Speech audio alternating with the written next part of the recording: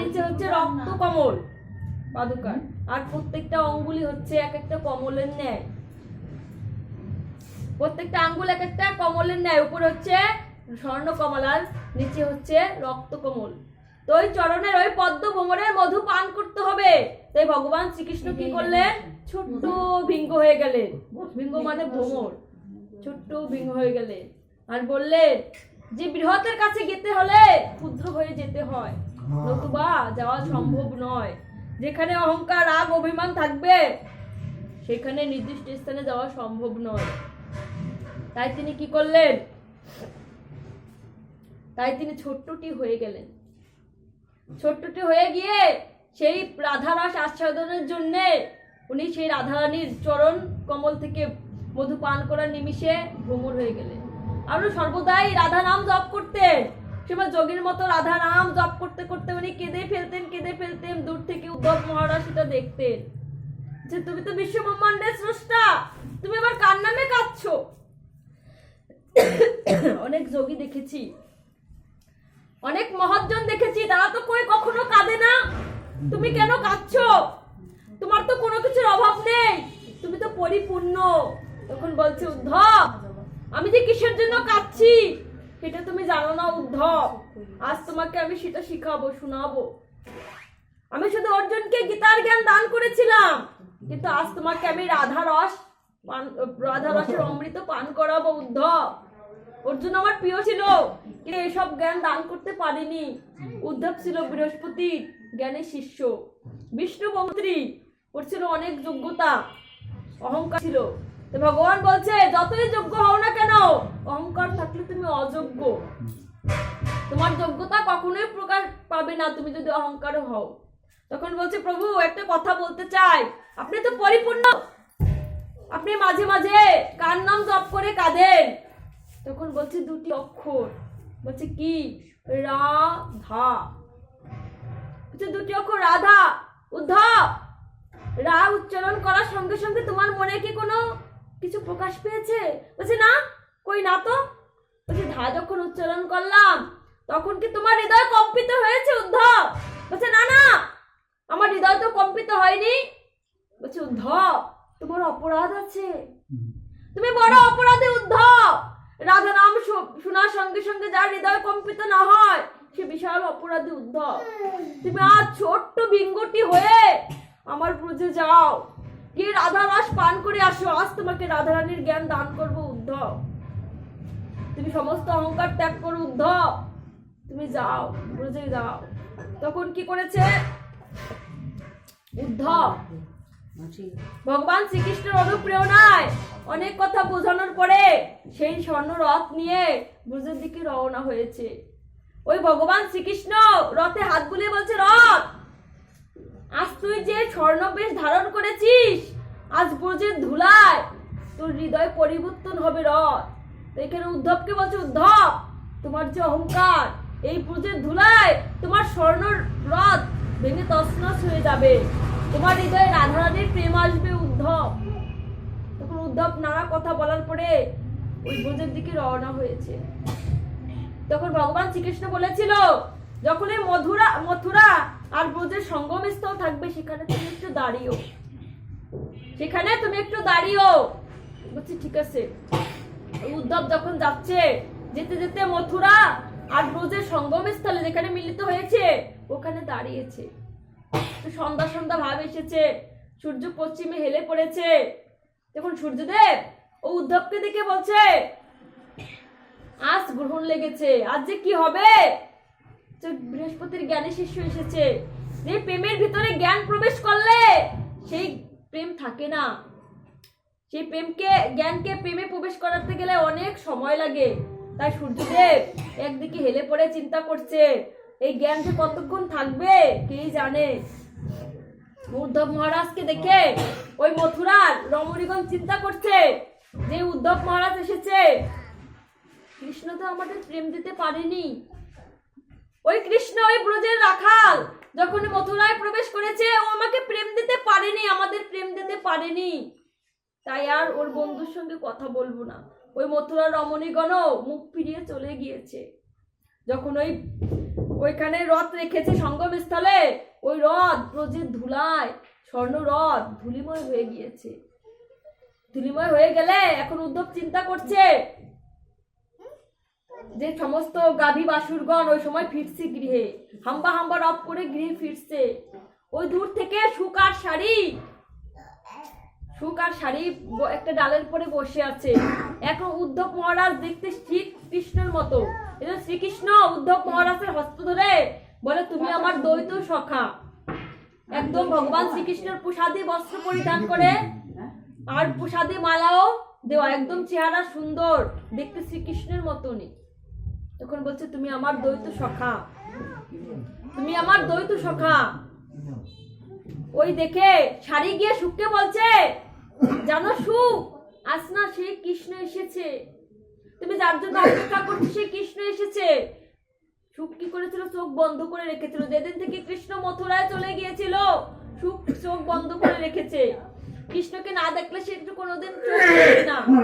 তখন বলছে, শাড়ি, কৃষ্ণের হাতে কি বংশী রয়েছে?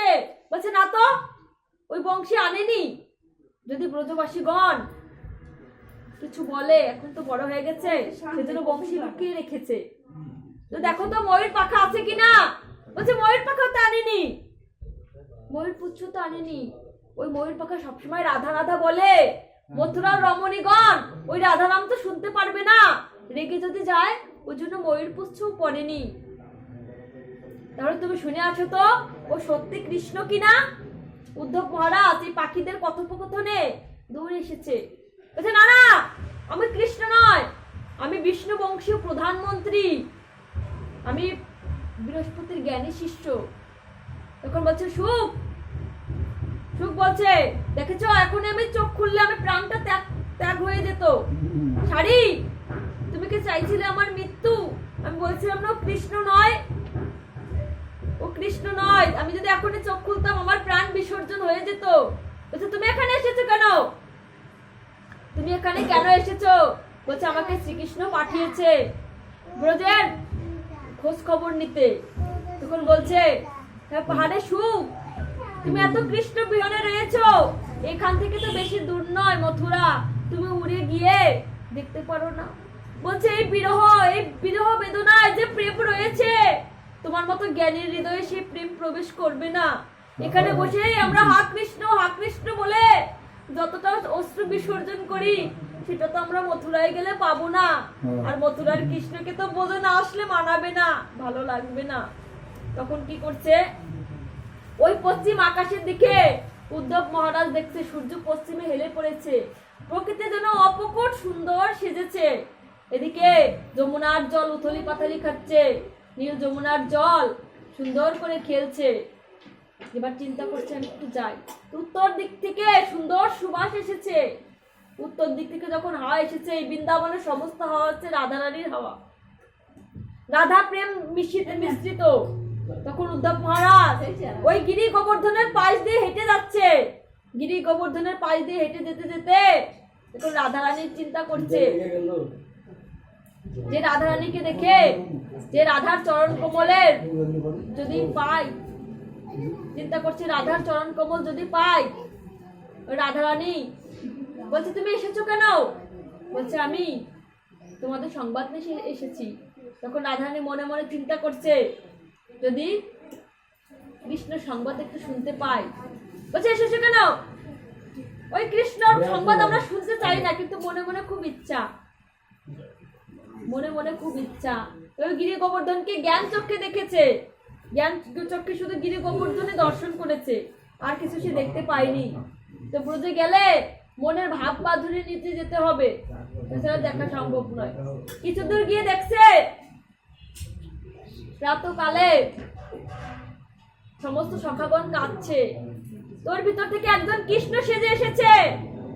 কৃষ্ণ সেজে এসে বলছে, সমস্ত সখাগণ বলছে, কৃষ্ণ তুমি তো আর এলে না কৃষ্ণ। তখন বলছে, এই তো আমি এসেছি কৃষ্ণ, আমি ত্রিভঙ্গ মুরারি, দেখো হাতে বাঁশি, মাথায় ময়ূর পাখা, এই তো আমি এসেছি কৃষ্ণ। সমস্ত সখাগণ আনন্দিত হয়েছে। আনন্দিত হয়ে এবার বলছে, অনেকদিন গোষ্ঠে যাই না, চলো আমরা একটু গোষ্ঠে যাই। সমস্ত সখাগণ যখন গোষ্ঠী গিয়েছে তখন ওই সাধনা কৃষ্ণ কেঁদে উঠেছে। সাধনা কৃষ্ণ কাঁদছে, হা কৃষ্ণ বলে কাঁদছে। বলছে তুমি কাঁদছো কেন? দেখো আমাকে তো কৃষ্ণ সাজিয়েছো, কিন্তু আমার ভিতর তো কৃষ্ণকে খুঁজে পাচ্ছি না, আমি তো সেই জন্য কাঁদছি। তখন ওর ভিতর থেকে একজন বলে উঠছে, আজ যদি কৃষ্ণকে কেউ বলতে পারতো যে আমার তোদের সখা মরে গিয়েছে, তাহলে হয়তো কৃষ্ণ আসতে পারে। কারণ যদি কেউ প্রিয়তমর মরার কথা শুনে প্রিয় না এসে থাকতে পারে না। তখন সখাগণ কি করছে, খেলতে খেলতে মধুমঙ্গল সিদাম সুদাম দাম বসুদাম বড় একটা পাথরের উপর আঘাত করে বলছে, কৃষ্ণ তুমি আজও এলে না কৃষ্ণ, বলে চলছে। আর ওদিকে গরু বাছুরগণ যাচ্ছে, গরু ধেনুগণ যাচ্ছে, যেতে হাম্বা রব করছে। আর পিছনে ফিরে দেখছে কৃষ্ণ আসে কিনা, হাম্বা রব করে কাঁদছে।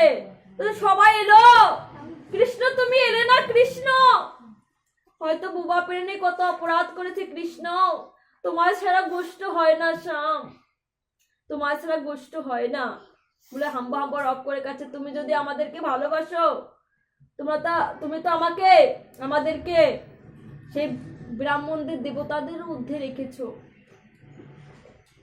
এই জন্য তো আমরা হচ্ছে গো, তুমি হচ্ছে গোবিন্দ, আমরা হচ্ছে গো, তুমি হচ্ছে গোপাল, আমরা হচ্ছে গো, তুমি হচ্ছে গোবর্ধন। যদি সত্যি সত্যি আমাদেরকে ভালোবেসে থাকো গোপাল, তুমি একটিবার এসো গোপাল। দেখো হয়তো তোমার সেবা করতে পারেনি গোপাল, এই দেখো দুধের বাট কিরকম করছে, এই দুগ্ধ দিয়ে যদি তোমার অভিষেক করানো যেত গোপাল। এগুলো হাম্বা রব করে কাঁদছে গোবাছুরগণ, সমস্ত ব্রজবাসীগণও কাঁদছে। এবার ব্রজবাসীগণ চিন্তা করছে, আমরা এখনো মরেও পড়ে আছি, বেঁচে আছি কেন? আমাদের রাধারানীর জন্য। আজ প্রতিটি বৃক্ষলতা পশু পাখি ব্রজবাসীগণ কাঁদতে একবার চিন্তা করছে, আজ আমাদের যে কষ্ট, তার চাইতে আমাদের কষ্টের হাজার গুণ কষ্ট হচ্ছে আমাদের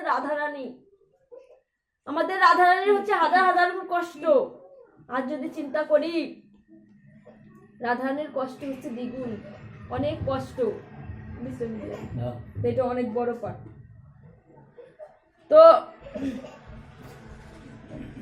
আরেকদিন যদি সৌভাগ্য হয় এই সুন্দর লীলা যেন আপনাদের সামনে বলতে পারি। তো এখানে সকলের শ্রীচরণ কমল পদ্মে শত সহস্র কোটি প্রণতি জানিয়ে এবং জ্যাঠামশাইয়ের বিদেহী আত্মার শান্তি কামনার্থে, সকল ভক্তদের মঙ্গল কামনার্থে, এই গৃহের শান্তি কামনার্থে আমি আমার পাঠ এখানে বিশ্রামী দিচ্ছি। ভুল ত্রুটি হলে সবাই ক্ষমা সুন্দর দৃষ্টিতে দেখবেন।